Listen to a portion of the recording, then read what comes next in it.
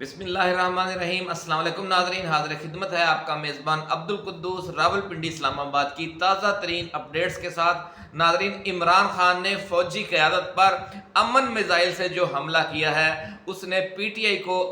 ایک اور نیا ایج دلا دیا ہے اور نون لیگ اور پیپلز پارٹی والوں کو نئی پریشانی نے گھیر لیا ہے۔ یہ کیا معاملہ ہے، یہ آج ہم آپ کے ساتھ ڈسکس کریں گے۔ اور ایک اور 9 مئی کی تیاری کی جا رہی ہے، اس حوالے سے تصادم کون چاہتا ہے؟ ایک سینئر صحافی ہیں، پرو نون لیگ، پرو پیپلز پارٹی اور پرو اسٹیبلشمنٹ کہلواتے ہیں اپنے آپ کو، لیکن وہ اصل میں کیا ہے یہ کوئی نہیں جانتا۔ انہوں نے اس حوالے سے ایک بڑی زوردار خبر دی ہے اور یہ ظاہر کرنے کی کوشش کی ہے کہ عمران خان اور پی ٹی آئی کا فوجی اسٹیبلشمنٹ کے ساتھ ایک دوبارہ ٹکراؤ ہونے جا رہا ہے۔ یہ کیا معاملہ ہے، اس کی بھی تفصیل آپ کے ساتھ شیئر کریں گے۔ عمران خان نے ایک غیر ملکی میڈیا ادارے کو انٹرویو میں بڑی ایک ٹیکنیکل گیم کھیلی ہے اور صرف سابق army chief general Qamar Javed Bajwa کو ٹارگٹ کیا ہے۔ موجودہ آرمی چیف، موجودہ آئی ایس آئی چیف، موجودہ اسٹیبلشمنٹ، حتیٰ کہ امریکہ اور بائیڈن انتظامیہ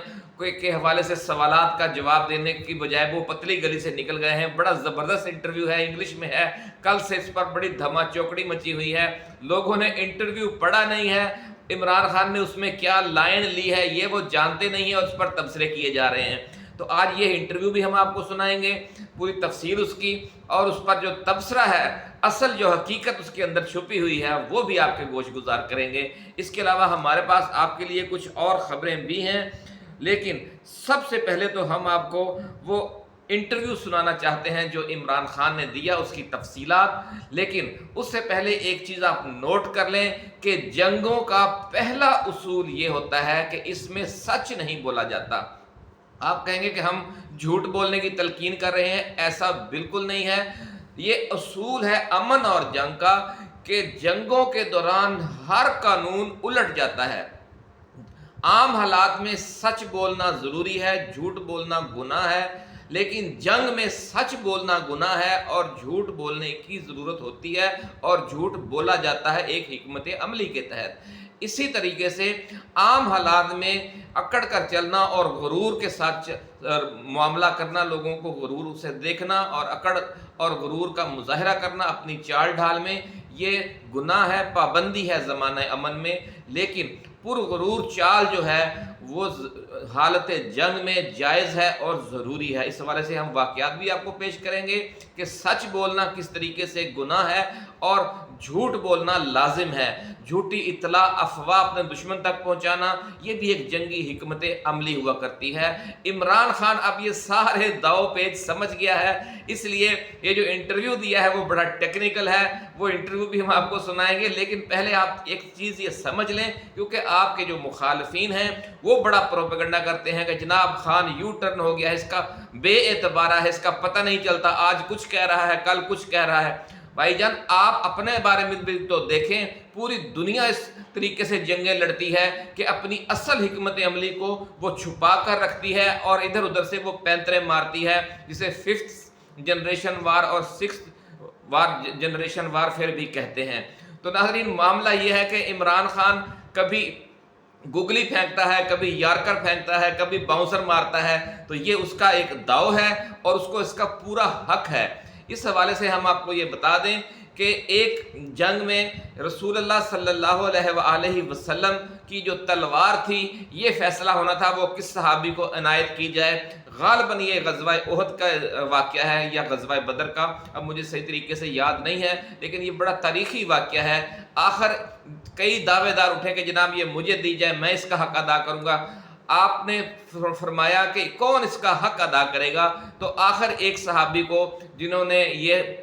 حق ادا کرنے کا عہد کیا، یہ تلوار آپ نے عنایت فرما دی کہ آپ اس جنگ میں اس تلوار سے لڑو گے۔ تو جیسے ہی اس کو یہ تلوار ملی، سب صحابہ اس کی طرف حسرت بھری نگاہوں سے دیکھنے لگ گئے۔ اس نے سرخ رنگ کا یا کسی رنگ کا کپڑا اپنے ماتھے پہ، سر پہ لپیٹا اور تلوار پکڑ کر بڑی اکڑ سے اور بڑا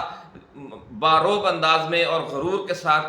پھر انہوں نے تھوڑا سا چلا، ادھر ادھر چل کے دکھایا جس طرح مارچ کرتے ہیں فوجی۔ تو اس وقت رسول اللہ صلی اللہ علیہ وآلہ وسلم نے فرمایا کہ زمانہ امن میں یہ چال اللہ کو بہت سخت ناپسند ہے، لیکن زمانہ جنگ میں اور غزوات کے موقع پر یہ چال اللہ کو پسند ہے، تاکہ دشمن پر روب ڈالا جائے۔ اور اس حوالے سے ایک اور واقعہ سن لیجئے کہ غزوہ بنو قریظہ کے موقع پر یہودیوں کی طرف ایک ایلچی بنا کر بھیجا گیا رسول اللہ صلی اللہ علیہ وآلہ وسلم کی طرف سے، کیونکہ انہوں نے بدعہدی کی تھی اور اللہ کے حکم پر ان کے قبیلے کا اچانک گھیراؤ کر لیا گیا تھا رسول اللہ صلی اللہ علیہ وآلہ وسلم کے لشکر کے ذریعے۔ یہ غزوہ خندق کے بعد کا واقعہ ہے۔ تو ہوا یوں کہ جب وہ جو اتحادی تھے اس بنو قریظہ کے مدینہ کے انصار میں سے تھے، وہ بڑے اہم صحابی تھے، مجھے ان کا نام یاد نہیں آ رہا، تو ان کو دیکھتے ہی ان کی بچیاں، بچے اور عورتیں دھاڑے مار مار کر رونے لگ گیا کہ اب ہمارا کیا بنے گا۔ وہ ان سے پوچھتے تھے کہ جناب، اگر ان کے سردار نے پوچھا کہ اگر ہم ہتھیار ڈال دیں اب تو رسول اللہ صلی اللہ علیہ وآلہ وسلم ہمارے ساتھ کیا سلوک کریں گے، تو وہ فرتے جذبات میں ان کے وہ حالات دیکھ کر وہ خود بھی ان پر بھی رکت طاری تھی، تو انہوں نے اشارہ کر کے یوں کہا کہ تمہارے گلے کاٹ دیے جائیں گے یا تمہیں ذبح کر دیا جائے گا۔ پھر فوراً ہی انہیں احساس ہوا کہ اگر انہیں یہ پتہ چل گیا، یہ راز ان تک پہنچ گیا کہ اس جنگ کے نتیجے میں اب ان کو ما سوائے قتل ہونے کے ان کے پاس کوئی راستہ نہیں ہے، تو وہ خوفناک قسم کی پھر جنگ بھی لڑ سکتے ہیں اور جس سے مسلمانوں کا نقصان ہوگا۔ تو یہ بات کر کے میں نے ایک امانت میں خیانت کی ہے، تو وہ بڑے پریشان ہو گئے اور پھر انہوں نے فوراً ہی پینترا بدلا اور جس طریقے سے ان سے بات کر سکتے تھے انہیں میسج پہنچا کے کہ آپ ہتھیار ڈال دیں۔ انہوں نے بہرحال ہتھیار تو نہ ڈالے، لیکن پھر چونکہ انہوں نے اشارہ کر دیا تھا اور وہ سمجھے تھے کہ میں نے یہ خیانت کی ہے، یہ سچی بات کر کے مجھے جھوٹ ہی بولنا چاہیے تھا، ان کو دھوکے میں ہی رکھنا چاہیے تھا، کیونکہ جنگ کا یہ پہلا اصول ہے۔ تو انہوں نے خود کو پھر لشکر میں نہیں واپس آئے، شرمندگی کے مارے رسول اللہ صلی اللہ علیہ وآلہ وسلم کے پاس وہ نہیں آئے، بلکہ وہاں سے جو بنو قریظہ کا جو قبیلہ تھا وہاں سے سیدھا مدینہ پہنچے اور خود کو مسجد نبوی کے ایک ستون کے ساتھ باندھ لیا اور کہا کہ جب تک اللہ تعالیٰ میری یہ غلطی معاف نہیں فرمائے گا، میں نے جو خیانت کی ہے سچ بول کر، تو اس وقت تک میں رسول اللہ صلی اللہ علیہ وآلہ وسلم کے سامنے نہیں جاؤں گا۔ تو پہلے تو خود پریشان ہوئے کہ اتنی دیر سے ہم نے ایلچی بھیجا ہوا ہے رسول اللہ صلی اللہ علیہ وآلہ وسلم اور ان کا پورا لشکر، کہ ابھی تک وہ واپس کیوں نہیں آیا۔ کوئی کہہ رہے تھے کہ شاید انہوں نے اسے قید کر لیا ہے، کوئی کہیں کہ انہوں نے قتل کر دیا ہے۔ پھر مدینے سے لوگ پہنچے اور انہوں نے سارا واقعہ بتایا کہ انہوں نے اپنی ایک امانت میں خیانت وہ کر بیٹھے تھے، اس لیے انہوں نے خود کو جا کر مسجد نبوی کے ایک ستون سے باندھ لیا ہے اور کہا کہ جب تک اللہ تعالیٰ مجھے معاف نہیں فرمائے گا میں رسول اللہ صلی اللہ علیہ وآلہ وسلم کے سامنے نہیں جاؤں گا۔ تو اس پر رسول اللہ صلی اللہ علیہ وآلہ وسلم نے فرمایا کہ اب جب کہ اس نے اپنا معاملہ خود ہی اللہ کے سپرد کر دیا ہے تو اب ہم اس میں کیا مداخلت کر سکتے ہیں۔ ہاں البتہ اگر وہ ہمارے پاس آ جاتا تو ہم اس کے لیے معافی کی طلب کر سکتے تھے اللہ رب العزت سے اور اس کے حوالے سے کوئی فیصلہ کر سکتے تھے۔ تو یہ ناظرین تھوڑی سی باتیں اس لیے ہم بیان کرتے ہیں کہ جو مخالفین ہیں وہ بہت پروپیگنڈا کرتے ہیں کہ جناب یہ عمران خان جھوٹ بولتا ہے یا یہ پینترے بدلتا ہے، یہ یو ٹرن لیتا ہے۔ تو جناب جب ایک آل آؤٹ وار جاری ہے مافیاز کے خلاف، جو مافیاز ہیں وہ سچ بولتے ہیں، کیا وہ سچ بولتے ہیں کہ کتنا غلہ اس ٹائم پاکستان میں پڑا ہے، کتنی چینی پڑی ہے، کتنا چاول پڑا ہے، ہماری ضرورت سے دگنا پڑا ہوتا ہے لیکن اس کو روک رکھا ہوتا ہے انہوں نے، اور یہ میسج دیتے ہیں کہ جناب اس کی قلت پیدا ہو گئی ہے، پھر اس کو مہنگا کرتے ہیں، ایک ادھر سے نمازیں بھی پڑھتے ہیں، ادھر سے جا کے عمرے بھی کر کے آتے ہیں، حج بھی کرتے ہیں اور ساتھ یہ لوٹ مار بھی جاری ہوتی ہے۔ تو یہ تو زمانہ امن میں آپ لوگ جھوٹ بولتے ہو۔ پاکستانی کی جو 25 کروڑ عوام ہے اور جو عمران خان ہے جو ان کا قائد ہے اور پی ٹی آئی ہے، وہ تو مسلسل حالت جنگ میں ہیں، ان کے خلاف ایک ایسی جنگ چھیڑ دی گئی ہے اور ایسی طاقت استعمال کی جا رہی ہے کہ مافیاز کی طاقت اس کے خلاف استعمال ہو رہی ہے، جو پچھلے 35-40 سال کے حکمران ہیں ان کی سیاست کی طاقت ان کے خلاف استعمال ہو رہی ہے، اسٹیبلشمنٹ کی طاقت ان کے خلاف استعمال ہو رہی ہے۔ کچھ عرصہ قبل تک 100% عدلیہ کی طاقت ان کے خلاف استعمال ہو رہی تھی، حتیٰ کہ جو عالمی انٹرنیشنل طاقت ہے، دنیا کی سب سے بڑی سپر پاور، اس کی طاقت بھی باجوہ نے جھوٹ بول کر عمران خان کے خلاف استعمال کروائی۔ تو اس حالت میں کیا وہ اسے بھی جواب میں جھوٹ نہیں بولنا چاہیے؟ بالکل اس کا حق بنتا ہے ناظرین کہ وہ جھوٹ بولے ان کے ساتھ، کیونکہ لوہے کو لوہا کاٹتا ہے۔ حضرت علی کا فرمان ہے کہ جہاں سے پتھر آؤ اس طرف پتھر ہی کو پلٹا دیا جائے، یعنی اس طریقے سے جنگیں لڑی جاتی ہیں۔ اور ویسے بھی جو جدید جنگ ہے اس کا بھی جو پہلا سبق ہے، اگر آپ فوج میں بھرتی ہوں یا کوئی فوجی تربیت حاصل کریں تو پہلا سبق اس کو آپ کو تھیوری میں پہلا سبق پڑھایا جائے گا وہ ہوگا کیموفلاج اینڈ کنسیلمنٹ، جسے اردو میں کہتے ہیں کہ چھپاؤ اور تلبیس، یعنی خود کو کیموفلاج کرنا اور یہ ظاہر نہ ہونے دینا کہ آپ کہاں پر موجود ہیں، بلکہ یہ اس کا فارمولہ یہ ہوتا ہے کہ جہاں پر آپ موجود ہوتے ہیں وہاں سے کوئی آثار نظر نہیں آنا چاہیے کہ آپ لوگ وہاں پر موجود ہیں، اور جہاں پر آپ موجود نہیں ہیں وہاں آپ نے کوئی ایسے آثار پیدا کرنے ہیں، کوئی بلب لگا دینا ہے یا کوئی ایسی چیز محسوس یہ ہو کہ یہاں پر فوج چھپی ہوئی ہے، تو تاکہ اگر دشمن حملہ کرے تو وہ اس خالی جگہ پر کرے جہاں پر آپ بتانا چاہتے ہیں کہ آپ وہاں ہیں اور آپ محفوظ رہیں۔ تو یہ ایک تو چھوٹے سے واقعات ہیں اور مختصر سے، لیکن یہ جو پروپیگنڈا کا نام استعمال ہم کرتے ہیں وہ بھی اسی جھوٹ ہی کا نام ہے کہ دشمن کو اپنے پروپیگنڈے کے ذریعے یعنی جوابی جھوٹ کے ذریعے اس چیز سے بے خبر رکھنا کہ آپ کی اصل حکمت عملی کیا ہے۔ تو اسی لیے عمران خان بھی یہی طریقہ استعمال کر رہا ہے اور اسے یہی طریقہ استعمال کرنا چاہیے۔ اس لیے اب چلتے ہیں عمران خان کے اس انٹرویو کی طرف، پھر ہم یہ بتائیں گے کہ اس میں وہ کون سی انہوں نے باریک گیم ڈالی ہے کہ جس کی وجہ سے اب یہ پریشان ہے اور کہہ رہے ہیں جناب خان جھوٹ بولتا ہے۔ ابھی خان بہت کچھ کرے گا، آپ تھوڑا انتظار کریں۔ ابتدائے عشق ہے روتا ہے کیا، آگے آگے دیکھیے ہوتا ہے کیا۔ تو ناظرین، عمران خان کا جو انٹرویو ہے اس کی ہیڈ لائن ہے جو ہمارے میڈیا نے دی ہے کہ مجھے جیل بھیجنے کے اصل ذمہ دار جنرل باجوہ ہیں، عمران خان کا غیر ملکی براڈ کاسٹر کو جیل سے انٹرویو۔ سابق وزیر اعظم اور بانی P T I Imran Khan کا کہنا ہے کہ پاکستان کی سول اور فوجی قیادت پر تنقید کے باعث انہیں جیل میں ڈیتھ سیل میں قید کیا گیا ہے۔ اب یہ اصل صورتحال وہ جو ہے وہ بتا رہے ہیں کہ کس طریقے سے انہیں انتہائی ان کی انا کو، ان کی خودی کو مجروح کرنے کی کوشش کی جا رہی ہے اور انہیں توڑنے کی کوشش کی جا رہی ہے، اس طرح ڈیتھ سیل میں رکھ کے، اور جو دہشت گردوں کے لیے مخصوص جگہ ہے جیل میں وہاں ان کو ٹریٹمنٹ دے کر ان کا جو یہ عزم ہے، آہنی عزم، اسے توڑنے کی کوشش ہو رہی ہے۔ تو اس لیے عمران خان نے اس انٹرویو میں بڑی تفصیل سے گفتگو کی ہے۔ آپ یہ انٹرویو سنیں گے تو آپ کو اندازہ ہو جائے گا کہ آپ کا خان اس وقت کیسی صورتحال سے دوچار ہے اور کیا سوچ رہا ہے اور کیا پلاننگ کر رہا ہے۔ تو ناظرین، ایک میڈیا ادارے زیڈ کے لیے صحافی مہدی حسن کی جانب سے عمران خان کے کیے گئے انٹرویو میں بانی پی ٹی آئی کا کہنا تھا کہ پاکستانی حکام نے نفسیاتی حربے استعمال کرتے ہوئے انہیں توڑنے کے لیے قید تنہائی میں رکھا ہوا ہے۔ عمران خان نے اپنے انٹرویو میں بتایا کہ موجودہ شہباز شریف حکومت میں قانونیت یعنی قانون کا فقدان ہے۔ برطانوی و امریکی براڈ کاسٹر مہدی حسن نے اپنی تحریر میں واضح کیا کہ یہ کوئی عام انٹرویو نہیں تھا، کیونکہ عمران خان کی قید کی وجہ سے انہوں نے جواب کے لیے صرف تحریری سوالات کی فہرست بھیجی تھی اور ان کی بانی پی ٹی آئی سے براہ راست بات نہیں ہو سکی، اس لیے ان کے کسی جواب پر وہ مزید کوئی ضمنی سوال کرنے کی پوزیشن میں نہیں تھے۔ تو ناظرین، اس انٹرویو کا فارمیٹ یہ تھا کہ تحریری سوالات بانی پی ٹی آئی تک پہنچائے گئے اور پھر وہاں سے ان کا جواب آیا، پھر ان جوابات کو لکھ کر انہیں مہدی حسن صاحب کو دیا گیا۔ تو اس سے آپ سمجھ سکتے ہیں کہ یہ بڑا ایک سوچا سمجھا انٹرویو ہے۔ اس میں جو لائن لی ہے خان نے بہت سوچ سمجھ کر لی ہے، اسی لیے وہ چیخ رہے ہیں۔ وہ لائن کیا ہے وہ بھی ہم آج آپ کو بتائیں گے۔ ناظرین، عمران خان نے اب انٹرویو کی طرف چلتے ہیں، ڈیٹیل کی طرف۔ عمران خان نے دعویٰ کیا کہ وہ ایک ایسی قید میں ہیں جسے ڈیتھ سیل کہا جاتا ہے۔ انہوں نے وضاحت کی کہ یہ ایک چھوٹی سی الگ تھلگ جگہ ہے جو عام طور پر دہشت گردوں کے لیے مخصوص ہوتی ہے۔ دیکھیں ناظرین، یہ کتنا پروپیگنڈا کرتے ہیں کہ جناب عمران خان کو بڑی سہولتیں حاصل ہیں، یہ معاملہ ہے وہ معاملہ ہے۔ حقیقت خان خود بتا رہا ہے کہ ایک چھوٹی سی کال کوٹری ہے جہاں پر انہیں رکھا گیا ہے۔ کتنا ظلم ہے ناظرین کہ ملک کا وزیر اعظم،